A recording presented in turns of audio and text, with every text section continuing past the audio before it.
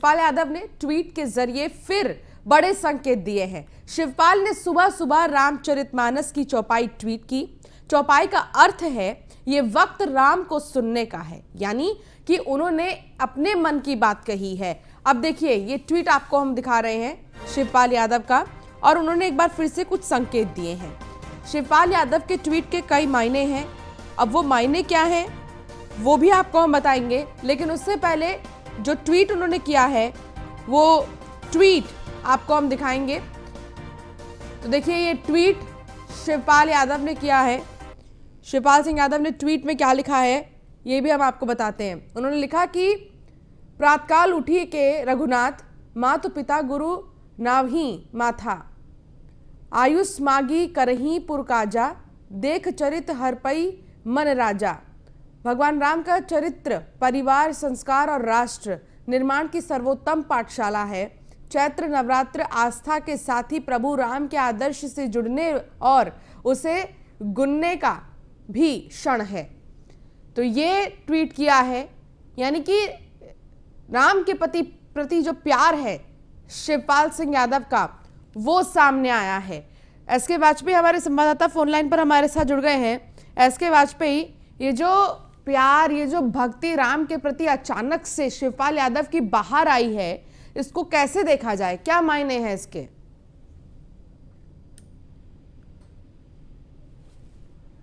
SK. Vajpayee, क्या आप तक मेरी आवाज पहुंच रही है?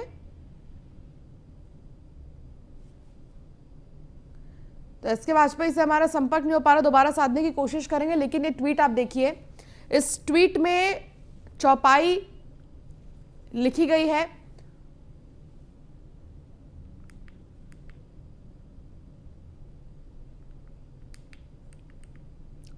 तो लखीमपुर हिंसा मामले में आज सुप्रीम कोर्ट में सुनवाई हुई। आशीष मिश्रा की जमानत रद्द करने की याचिका पर सुनवाई।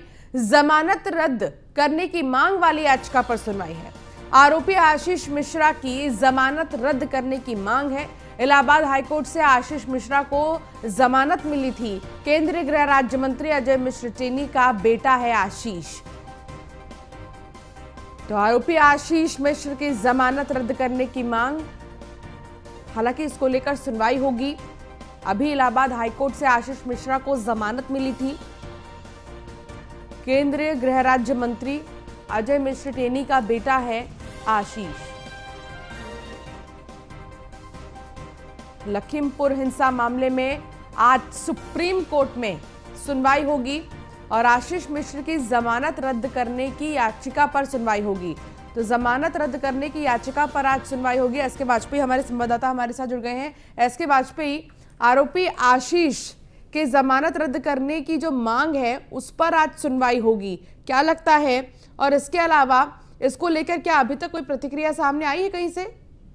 बिल्कुल, अगर हम बात करें आशीष के मामले में, उत्तर प्रदेश सरकार ने पहले ही अपना पक्ष साफ कर दिया था। चूंकि अगर हम कहें तो उत्तर प्रदेश सरकार आशीष की याचिका के विरुद्ध लगातार पहले भी अपील करती रही है और उसने अपना पक्ष भी दिया था कि उत्तर प्रदेश सरकार लगातार कोशिश कर रही है कि जो आशीष है उसकी जमानत याचिका खारिज होनी चाहिए और सुप्रीम कोर्ट में वो अपना पक्ष रखेगी। हालांकि जो आशीष मिश्रा के जो वकील हैं वो लगातार कोशिश कर रहे हैं कि जो उसको जमानत दी गई है उत्तर प्रदेश हाईकोर्ट की तरफ से वो उसकी बरकरार रहनी चाहिए। हालांकि इस पूरे मामले को लेकर सुप्रीम कोर्ट में सुनवाई होगी और सुनवाई के बाद उत्तर प्रदेश सरकार के जो अधिवक्ता होंगे वो अपना पक्ष रखेंगे, साथ ही साथ जो आशीष मिश्रा है उसके अधिवक्ता भी अपना पक्ष रखेंगे, जिसके बाद सुप्रीम कोर्ट इस पूरे मामले पर कहीं न कहीं अपनी स्थिति स्पष्ट करेगा कि आखिर उसको जो जमानत मिली है वो रहनी चाहिए अथवा खत्म कर देनी चाहिए। तो ये निश्चित है कि उत्तर प्रदेश सरकार का कहना था कि वो इस पूरे मामले पर सुप्रीम कोर्ट में जमानत का विरोध करेगी और कहीं न कहीं वो पक्ष रखने की कोशिश होगी ताकि आशीष मिश्रा को जमानत रद्द कर दोबारा से जेल भेजा जा सके। जी, लेकिन महत्वपूर्ण सवाल ये है कि विपक्षी लगातार ये आरोप लगा रहे थे कि कैसे जमानत मिल गई और फिर तमाम चीजें। तो ऐसे में इतने आरोपों के बीच, इतने ज्यादा खलबली के बीच में सुनवाई बेहद ही महत्वपूर्ण हो जाती है आज की।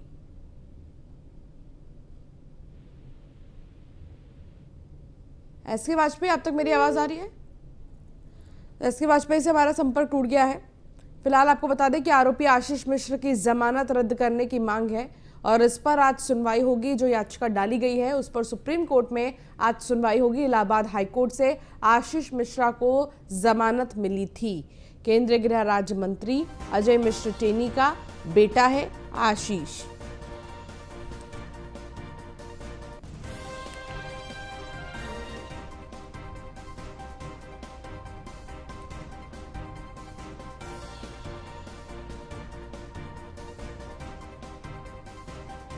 तो जमानत रद्द करने की मांग वाली याचिका पर आज सुनवाई होगी।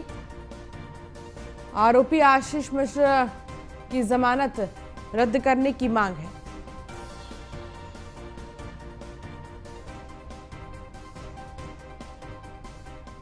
यूपी बोर्ड इंटरमीडिएट के प्रश्न पत्र लीक का मास्टरमाइंड अरेस्ट हो गया है। इंटरमीडिएट के अंग्रेजी प्रश्न पत्र लीक होने में बड़ा खुलासा हुआ है। पेपर लीक का निर्भय नारायण सिंह निकला मास्टरमाइंड। महाराजी देवी स्मारक इंटर कॉलेज का प्रबंधक है निर्भय नारायण सिंह। निर्भय नारायण सिंह ने पेपर निकालकर कराया था प्रिंट आउट। अंग्रेजी विषय के 2 शिक्षकों से हल कराया था पेपर। निर्भय ने 25 से 30 हजार प्रति छात्र के हिसाब से बेची सॉल्व्ड कॉपी। सॉल्व्ड पेपर भेजने और पैसे वसूलने की पुलिस ने पुष्टि की है। यानी कि जो मुख्य आरोपी है, जो मास्टरमाइंड था इंग्लिश पेपर लीक होने का, वो अब सामने आ गया है। उसे अरेस्ट कर लिया गया है।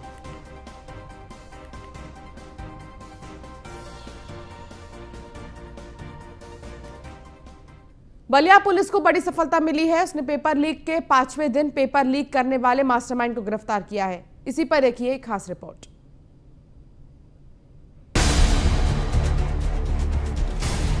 यूपी बोर्ड परीक्षा में इंटर का अंग्रेजी पेपर लीक मामले के 5वें दिन पुलिस ने मास्टरमाइंड निर्भय नारायण सिंह को गिरफ्तार कर लिया है। साथ ही पेपर सॉल्वर शिक्षक अविनाश गौतम को भी पकड़ा है।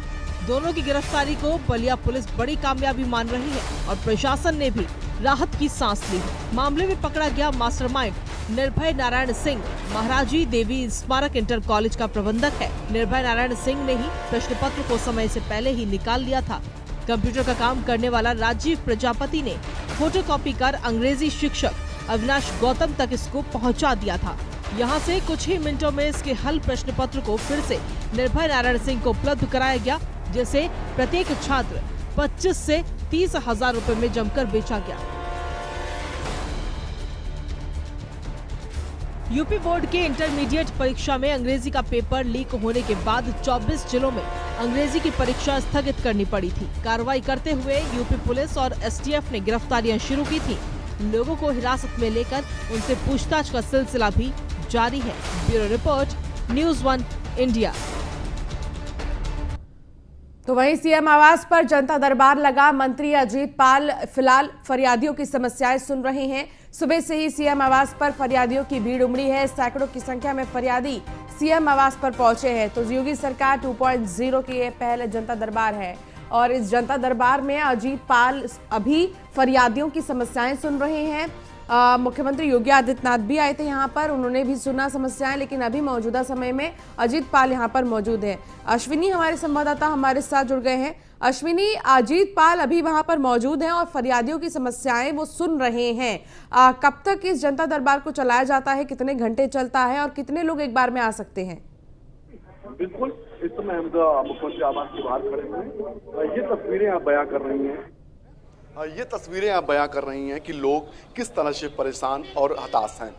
तमाम दूर दराज के इलाकों से लोग यहाँ लखनऊ पहुंचे हुए हैं और मुख्यमंत्री से अपनी फरियाद कहना चाह रहे हैं। निश्चित तौर पर जब 2017 में जब योगी सरकार बनी थी उस दौरान जनता दरबार शुरू किया गया था। इसलिए शुरू किया गया था, तमाम जो जिले हैं, दूर दराज के इलाके हैं, वहाँ पर लोगों की सुनवाई नहीं हो पाती, जिसके बाद मुख्यमंत्री ने सीधा उनसे संवाद करने के लिए एक ऑप्शन दिया कि आप सीधे जनता दरबार में आइए और अपनी शिकायत जो है, परेशानी है वो कही है। निश्चित तौर पर सैकड़ों की संख्या में यहाँ पर लोग हैं जो जनता दरबार में पहुंचे हुए हैं। हालांकि आज जो है अजीत पाल जो मंत्री हैं भाजपा योगी सरकार के, वो जनता दरबार में सुनवाई कर रहे हैं। सोमवार के दिन उनका नियत किया गया, साथ ही साथ अगर मंगल का दिन जो है बलदेव सिंह औलख हैं वो जन सुनवाई करेंगे। तमाम जो लोग हैं यहाँ पर दूर दराज के इलाकों से पहुंचे हुए हैं, तमाम चीज अपनी समस्याएं को लेकर के लोग यहाँ हैं। कहाँ से आए? जी मैं गोरखपुर से आया हूँ। क्या समस्या? आवास की। गोरखपुर में महाराज जी जो जाते रहते हैं हमेशा? वो जाते रहते चक्कर है। कानपुर में हम लेबरी करते हैं, कानपुर में रहते हैं किराए पर। वहाँ घर गिर गया मेरा। हमने बहुत प्रधान से कहा, सबसे कहा, अभी तो कुछ हुआ नहीं। 3 साल से मैं भर रहा हूँ फार्म, कुछ नहीं हो रहा। निश्चित तौर पर तमाम अन्य मैं आया हूँ। हाँ बाबू, बनारस से बाबू, बनारस से 20 किलोमीटर दूर बनारस से आ गया से बाबू। कई समय नहीं बाबू, वहाँ ज़्यादा मार भात सर ग्राम स्वास्थ्य जमीन पाट पर सब घर बनवा रहे हैं, मार रहे पीट जा रहे हैं। कई कुछ समय बाबू है हर बाबा। हाँ निश्चित तौर पर तमाम समस्याएं और लोग भी हैं। क्या हम शामली जिले से आए हैं। 2200 बीघे जमीन हमारे गांव में भूमा फिर दबा रखी। हम शिकायत बराबर कर रहे हैं, डीएम को भी, कमिश्नर को भी, सब शिकायत करते आ रहे हैं। आज तक कोई कार्रवाई नहीं हो रही। निश्चित तौर पर तमाम लोग हैं, जनता है जिनकी सुनवाई नहीं हुई, जिलों पर, थानों पर सुनवाई नहीं हुई, तहसील पर सुनवाई नहीं हुई, जिलाधिकारी के द्वारा सुनवाई नहीं की गई, उसके बाद इनको लखनऊ का रुख करना पड़ता है। लखनऊ का रुख करना पड़ता है। लखनऊ में आकर के मुख्यमंत्री से फरियाद लगाने के लिए लोग आए हुए हैं। काफ़ी संख्या में लोग यहाँ हैं जो मुख्यमंत्री से मिलना चाह रहे हैं, उनसे अपनी शिकायत करना चाह रहे हैं, अपनी फरियाद लगाना चाह रहे हैं कि आखिर उनकी सुनवाई जो है जिलों पर क्यों नहीं हो रही, उनकी सुनवाई जो है तहसीलों पर क्यों नहीं। मुख्यमंत्री ने साफ निर्देश दिया था कि जिलों पर, थानों पर जनता की सुनवाई होनी चाहिए, अगर नहीं होती है तो निश्चित तौर पर कार्रवाई होगी। अब तस्वीरें आप देख सकते हैं किस तरह से लोग काफी लंबे समय के बाद ये जो है जनता दरबार शुरू हुआ है। यहाँ पर लोग आ रहे हैं और किसी न किसी तरह से अपनी शिकायत जो है, परेशानी है, मुख्यमंत्री के सामने कहना चाह रहे हैं। जी ठीक है अश्विनी, वहां पर क्या आप लोगों से बात कर सकते हैं और ये जान सकते हैं कि उनका क्या कहना है, कितने बजे से वो आकर यहाँ पर मौजूद हैं और कितने लोग पहली बार आए हैं जनता दरबार में? बिल्कुल तमाम लोग हैं जो देखिए हाँ महिला हैं। यहाँ कहाँ से आप आई हैं? बरेली से विनीता शाह के। क्या समस्या आप? हम लोगों का टीजीटी 2021 में रोल नंबर ऊपर हमारा अंकों में पूरा सही है, बस नीचे गोला सर्किल किसी बच्चे का या तो छूट गया है या गलत हो गया है। इसकी वजह से हम लोगों की कॉपी नहीं चेक की गई है और हमारा रिजल्ट रोक दिया गया है, जिसमें हम बच्चों कट ऑफ से ज्यादा नंबर लेके भी हम लोग बाहर हो गए हैं। कम से कम 200-250 बच्चे हैं जिनका भविष्य दांव पे। एक मानवीय गलती क्या हमसे हमारी नौकरी छीन सकती है? निश्चित तौर पर लोग अलग अलग हैं, समस्याएं अलग अलग हैं, जिनको लेकर के यहाँ मुख्यमंत्री के पास आए हैं, फरियाद लगाने के लिए आए हुए हैं। सुनवाई नहीं हुई, किसी तरह से समस्याएं हैं, उनको अपना कहना चाह रहे हैं। जी ठीक है अश्विनी, बहुत शुक्रिया इस तमाम जानकारी के लिए और आपने बताया कि आखिर किस तरीके से तमाम लोग यहाँ पर इकट्ठा हुए हैं। तो वहीं देहरादून में पीडब्ल्यूडी और वन विभाग की समीक्षा करेंगे सीएम पुष्कर धामी।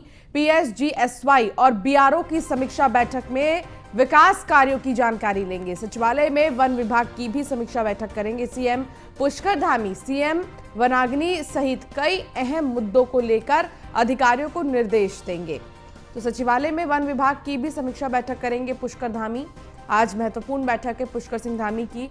वो 2 ऐसे विभाग हैं जो बहुत ही ज़्यादा महत्वपूर्ण हैं वहाँ पर देहरादून के लिए। उन दोनों ही विभागों से आज चर्चा करेंगे, एक तो वन विभाग से करेंगे और पीडब्ल्यूडी, दोनों ही विभाग के साथ समीक्षा बैठक करेंगे, बातचीत करेंगे, विकास कार्यों की जानकारी लेंगे कि यहाँ पर कितना विकास हुआ है।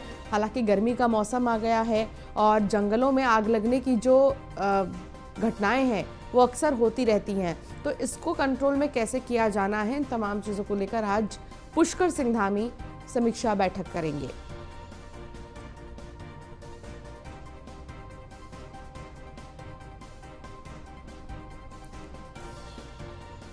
समीक्षा बैठक करेंगे पुष्कर सिंह धामी। सचिवालय में वन विभाग की भी समीक्षा बैठक करेंगे सीएम पुष्कर सिंह धामी।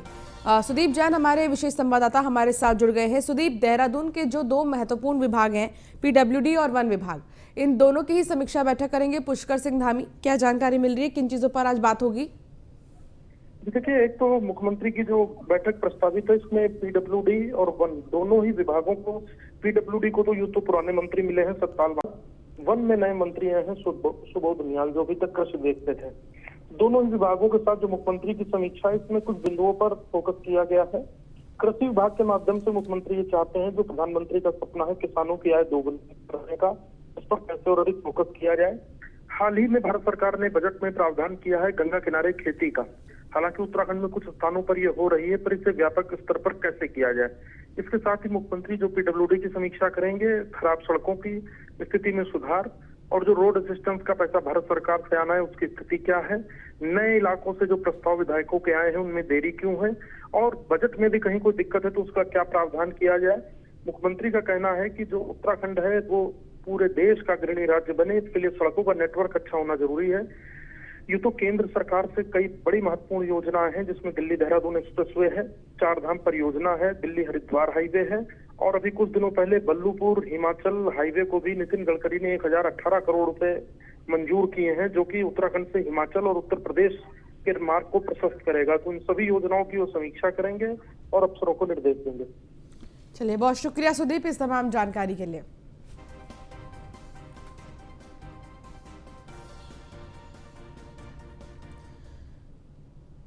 चारधाम यात्रा के लिए उत्तराखंड सरकार ने पूरी ताकत झोंक दी है। इस बार यात्रा को भव्य रूप से चलाने की तैयारी है। उत्तरकाशी में 40 अफसरों की टीमों को जिम्मेदारी दी गई है। उत्तरकाशी जिले को 16 सेक्टरों में बांटा गया है। हर सेक्टर में 2 अधिकारी नियुक्त किए गए हैं। गंगोत्री धाम के लिए एसडीएम भटवाड़ी और सीडीओ को जिम्मेदारी दी गई है। यमुनोत्री के लिए एसडीएम बड़कोट को नोडल अधिकारी बनाया गया है।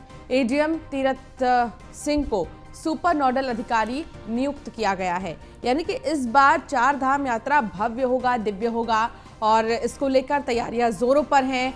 हर जगह अधिकारियों को निर्देश दे दिया गया है कि बिल्कुल भी कहीं से भी कोई परेशानी नहीं होनी चाहिए, बल्कि कई ब्लॉक्स में, कई सेक्टर्स में डिवाइड किया गया है एक जिले को, और यहाँ पर अधिकारियों को तैनात किया गया है।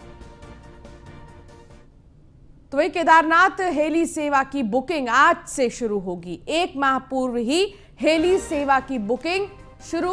केदारनाथ धाम के कपाट 6 मई को खुल रहे हैं। टिकटों की कालाबाजारी रोकने के लिए हेल्पलाइन नंबर जारी किया गया है। उत्तराखंड नागरिक विकास प्राधिकरण ने हेल्पलाइन नंबर जारी किया है।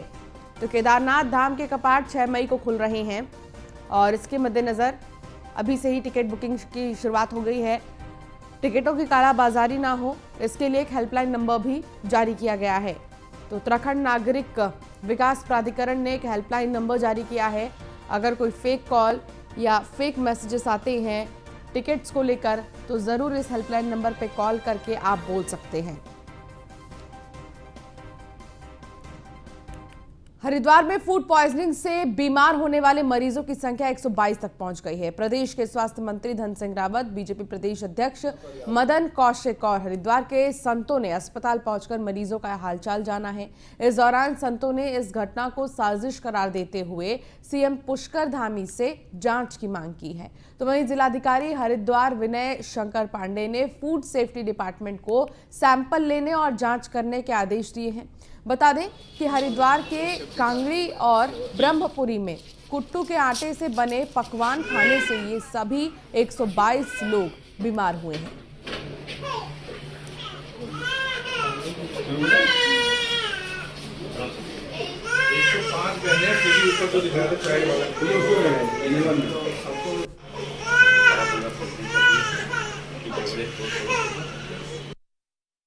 देखिए, हरिद्वार ज़िले में 122 लोग टोटल कल व्रत के बाद जब उन्होंने कुट्टू का आटा खाया तो तब वो बीमार हुए हैं। और मुझे माननीय प्रदेश अध्यक्ष ने कहा कि ऐसी ऐसी घटना हुई है, तो तब मैं यहाँ आया हूँ निरीक्षण करने के लिए। मैंने जिलाधिकारी को भी, उप जिलाधिकारी को भी, अपने सीएमओ को भी निर्देश दिए हैं कि तुरंत जो है उनके खिलाफ कार्रवाई करनी चाहिए, जिनमें जो भी थोक विक्रेता हैं या रिटेल विक्रेता हैं।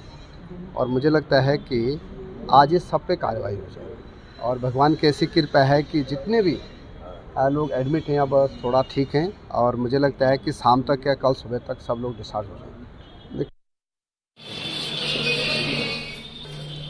तो कुट्टू के आटे को खाने की वजह से बहुत सारे लोग ऐसे हैं जो बीमार हो गए, और फूड पॉइजनिंग की ये घटना है जहां स्वास्थ्य मंत्री पहुंचे और उन्होंने हाल जाना लोगों का।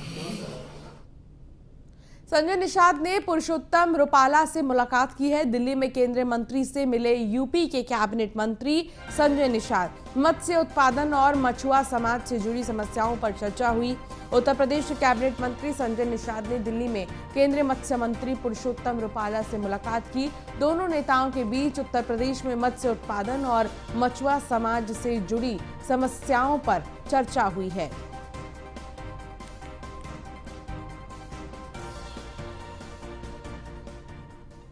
बुलंदशहर में पुलिस और बदमाशों के बीच मुठभेड़ हुई। मुठभेड़ में 3 बैंक लुटेरों के पैर में गोली लग गई।